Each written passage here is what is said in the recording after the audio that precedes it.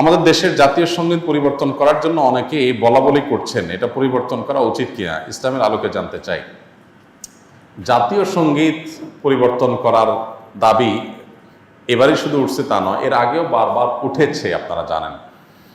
কেন উঠেছে সেটা নিয়ে তর্ক আছে, বিতর্ক আছে, এটা উঠা উচিত কিনা বা এই সঙ্গীত থাকা উচিত কিনা, বা জাতীয় কোনো গীত, জাতীয় কোনো স্লোগান থাকা উচিত নাকি সেটা পরিবর্তন করা দরকার, সেটা নিয়ে আলোচনা হতে পারে।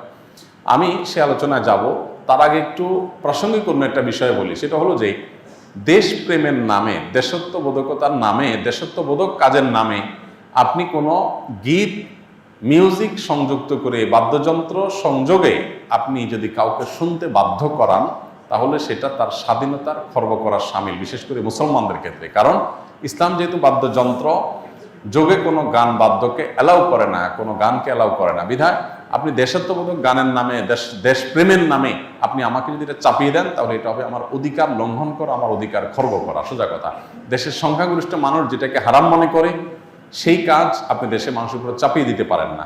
হ্যাঁ, দেশের একটা স্লোগান থাকলো, একটা গীত থাকলো, সেটার কথা মনা ভিতরে যদি আপত্তিকর কোনো কিছু না থাকে, সেটা ভিন্ন বিষয়, অবশ্যই সেটা গ্রহণযোগ্য হতে পারে।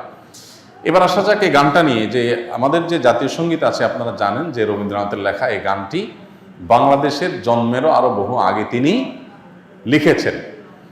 এই গীতটা মূলত বাংলাদেশকে কেন্দ্র করে লেখা হয়নি। বাংলাদেশকে কেন্দ্র করে যেটা লেখা হয়নি, সেটা কেন বাংলাদেশের জাতীয় সঙ্গীত হতে যাবে, এটা একটি বিষয়। আরেকটা বিষয় হলো, যেই গীতের মধ্যে কোথাও বাংলাদেশ শব্দটাই নেই, সে গীত কিভাবে এদেশের জাতীয় সঙ্গীত হতে পারে? বিধায় আমি তো মনে করি যে এই দাবিটা অযৌক্তিক না, যে আমাদের জাতীয় সঙ্গীত পরিবর্তন করা এটা সময়ের সবচেয়ে গুরুত্বপূর্ণ দাবিগুলোর মধ্যে থেকে একটি। আরেকটা এখানে বিষয় হলো যে আপনারা জানেন যে হিন্দু ধর্মাবলম্বীরা তারা পূজনীয় বা দেবতা তুল্য এরকম কিছু মানুষ বা কোনো ব্যক্তি বা বস্তু থাকে, তাদেরকে তাদের দৃষ্টিতে তারা সেগুলোকে মা বলে সম্বোধন করে। ইসলাম আমাদেরকে এরকম কোনো ধারণা দেয় না। মাতৃভূমির প্রতি ভালোবাসা এটা একটা স্বকীয় বিষয়, এটার জন্য মুসলমান হওয়া প্রয়োজন নাই, এটার জন্য মানুষ হওয়া যথেষ্ট। শুধু মানুষ কেন, অন্যান্য প্রাণীর মধ্যেও কি আছে, নিজের ভূমির প্রতি নিজের টান আছে। একটা কুকুর, একটা বিড়াল, একটা প্রাণীও দেখবেন যে সে যে ভূমিতে থাকে, বসবাস করে, বা যে ভূমিতে তার জন্ম বেড়ে ওঠা, সেটার প্রতি তার সহজাত একটা টান আছে। সেখানে মানুষের মধ্যে তো অবশ্যই আছে।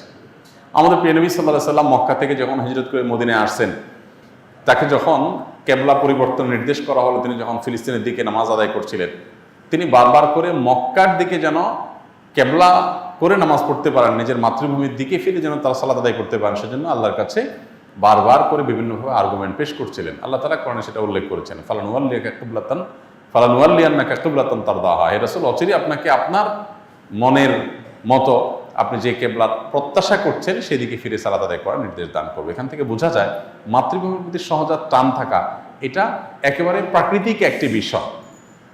বিধায় এটার জন্য কোনো জাল হাদিস বানানোর কোনো প্রয়োজন নাই, যে হব্বুল্লাতন মিনাল ঈমান, দেশপ্রেমের অঙ্গ, এরকম কোনো হাদিস নবী সাল্লাল্লাহু আলাইহি ওয়াসাল্লাম বলেন নাই। নবী সাল্লাল্লাহু আলাইহি ওয়াসাল্লাম নিজেই নিজের মাতৃভূমির প্রতি তার ভালোবাসা ছিল। সো একজন মানুষ হিসেবে আমাদের মধ্যে সেটা থাকবে, দায়িত্বশীলতা থাকবে, সেটাই স্বাভাবিক। আলাদা করে জাল হাদিস বানানোর প্রয়োজন নাই। যাই হোক, তো মাতৃভূমির প্রতি টান এক জিনিস, আর সেটাকে পূজা করা আরেক জিনিস। ইসলাম আমাকে এটাকে পূজনীয় করতে বলে নাই। বিধায় সংখ্যাগরিষ্ঠ মানুষের বিশ্বাসের সাথে যেমন যায় না, এই গীত বাংলাদেশকে কেন্দ্র করে লেখা হয় নাই, এটা বাংলাকে কেন্দ্র করে লেখা হচ্ছে, যেটা পশ্চিমবঙ্গ পূর্ববঙ্গ মিলায়। অতএব এই জ্ঞান মূলত এই দেশের জন্য না, যার কারণে এই গীত বা স্লোগান বাংলাদেশের এটা পরিবর্তন হওয়াটাই হলো যৌক্তিক।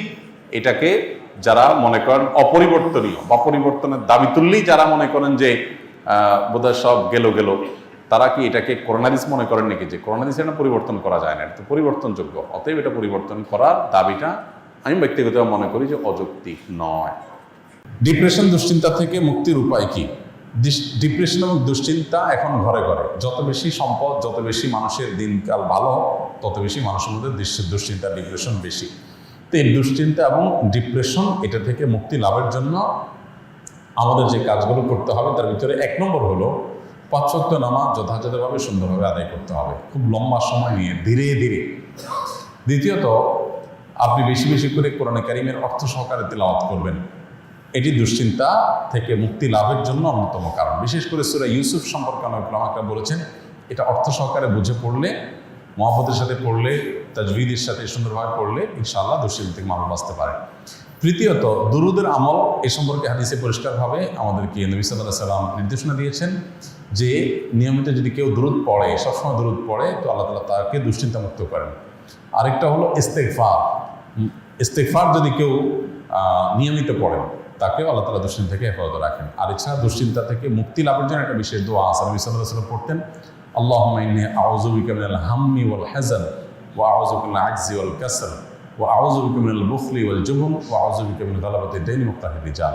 এই দোয়ার প্রথম অংশ যেটা, আল্লাহুম্মা ইন্নী আউযু বিকা মিনাল হাম্মি ওয়াল হাযান, আল্লাহ আপনার কাছ থেকে দুশ্চিন্তা, পেরেশানি, ডিপ্রেশন থেকে আমি পানা চাই, এটা বিশেষ করে পাঠ করবেন। আর এমনিতে নবী সাল্লাল্লাহু আলাইহি ওয়াসাল্লাম নিয়ম ছিল, কানাইজা হাযাবাহু আমরুন ফাযা ইলাস সালাহ, কোনো বিষয় যখন তিনি পেরেশানিতে পড়তেন নামাজে চলে যেতেন, 2 রাকাত নামাজ পড়তেন। আর এর বাইরে বিশেষ করে ভোর রাতে তাহাজ্জুদের সময় উঠে নিরিবিলি আল্লাহর সাথে একটু মন খুলে কথা বলেন, ইনশাআল্লাহ আল্লাহ তাআলা আপনার মানসিক অশান্তি দূর করবেন। আমি এক জাহেল ফ্যামিলির আলেম। আমার পারিবারিক অবস্থা এমন যে কেউ কারোর সাথে একান্ত প্রয়োজন ছাড়া কোনো কথাই বলে না। তবে গত 2-1 বছর আগে নিজে থেকে আগ্রহে সবার সাথে হাসি খুশি মজাক করার অনেক চেষ্টা করি, কিন্তু মানুষ তো অভ্যাসের দাস, সেই হিসাবে তাহার হয়ে ওঠেনি। এক্ষেত্রে আমার করণীয় কি? দেখুন, আমরা সবসময় বলি যে পরিবার যদি পরিপূর্ণ দিনদার না হয়, তাহলে সবাই আসলে দিনের উপরে চলতে পারে না, খুব কঠিন হয়। এখন পরিবারের যদি বেশিরভাগ সদস্যই জাহেল হয় বা দিনের ছোঁয়া থেকে দূরে থাকেন, তাহলে তাদেরকে আমরা দিনের পথে আনার জন্য চেষ্টা করতে পারি, কিন্তু হেদায়েতের মালিক কে? আল্লাহ। আপনি চেষ্টা করতে পারেন, আল্লাহ যদি হেদায়েত না লেগে থাকেন তার নসিবে, তাহলে আসলে সে হেদায়েত পাবে না। এখন চেষ্টাগুলো কিভাবে হতে পারে? কয়েকটা ওয়ে হতে পারে। নাম্বার 1, নিজেদের সুন্দর আচরণ, উত্তম ব্যবহার, উত্তম আখলাক দিয়ে আপনি তাদেরকে আপনার প্রতি আকৃষ্ট করতে পারেন। অনেক ছেলে আছে বাবাকে দিনের দাওয়াত দেয়, বাবার কথা শোনে না, হয়তো তার বাবা টাকা পয়সার জন্য স্ট্রাগল করছে, তো আপনি তাকে দাওয়াত দেওয়ার জন্য অনেক বেশি সিরিয়াস হয়ে যান, হালাল উপার্জন করে বাবার অভাব দূর করে দেন, তখন দেখবেন বাবা আপনার কথা এমনিতেই শুনবে। তো এইভাবে পরিবারের সদস্যদেরকে বৈধ উপায়ে তাদেরকে কনভিন্স করার চেষ্টা করতে হবে। এর বাইরে তাদেরকে হেদায়েতের জন্য আল্লাহর কাছে চোখের পানি ফেলে দোয়া করতে হবে। আমরা অনেকে শুধুমাত্র ওয়াজ নসিহত করে ছেড়ে দিই, আমি আল্লাহর কাছে দোয়া করবো। আসল তো তার দিলের মালিক আল্লাহ তাআলা। আবু হুরায়রা রাদিয়াল্লাহু তাআলা আনহুর মা মুসলমান ছিলেন না। তিনি মুসলমান হওয়ার কারণে তার মা তাকে শারীরিকভাবে টর্চার করতেন, কিন্তু মা যেহেতু কিছু বলতে পারতেন না, নবীজির কাছে এসে দোয়া চাইছেন, হে আল্লাহ রাসূল, আপনি একটু দোয়া করে দেন আমার মায়ের জন্য। আল্লাহ তাআলা দোয়া করেছেন, আল্লাহ আবু হুরায়রার মাকে আপনি হেদায়েত দান করেন। তিনি পরে যায় দেখেন তার মা ঈমান আনার জন্য প্রস্তুত হয়ে বসে আছেন। তো এই জন্য হেদায়েতের জন্য পরিবারের সদস্যদের নামে খুব সিরিয়াসনেসের সাথে, খুব আন্তরিকতার সাথে, খুব কায়মন বাক্যে আল্লাহর কাছে চোখের পানি ফেলে দোয়া করতে থাকেন, তাদের নাম ধরে ধরে। আর এদিকে নিজের চেষ্টা অব্যাহত রাখেন। এরপর যদি হেদায়েত তারা না পায়, আল্লাহর পরে ন্যস্ত করে দেন, আপনার কোনো দায়িত্ব থাকলো না।